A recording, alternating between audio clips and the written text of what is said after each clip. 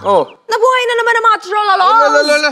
Oh, ito may tweet sa'yo. Sabi ni Vitamin C ikaw, paano naging artista si Main DCM with a face full of pimples? Mas maganda naman ako ng di hamak. Hair flip, taas kilay. Eh, di siya yung mag-artista. Alam mo kasi hindi ko naman talaga gustong maging artista. Alam mo kung sino gusto maging artista? Sino? Siya. Kamukha ko ba?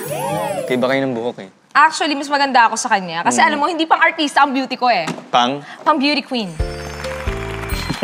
Alden Richard 02, pambansang dimple ka ba talaga o pambansang pimple? Hoy, Joel, panala kung nanonood ka!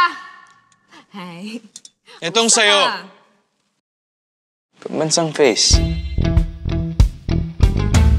Para talaga ang laging may laman yung bibig ni Main DCM. Uy, grabe! Hindi na! Meron ba? Flawless daw si Alden Richards. Ano yun? Parang puwet ng baby nakakapupo lang.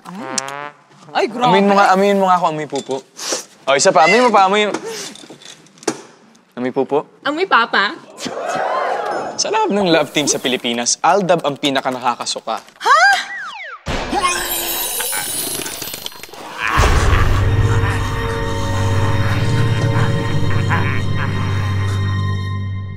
Ayan, ako maraming salamat po sa inyong lahat. Thank sa mga you very feedback much. ninyo. Nako. Pero kami, isa lang ang masasabi namin sa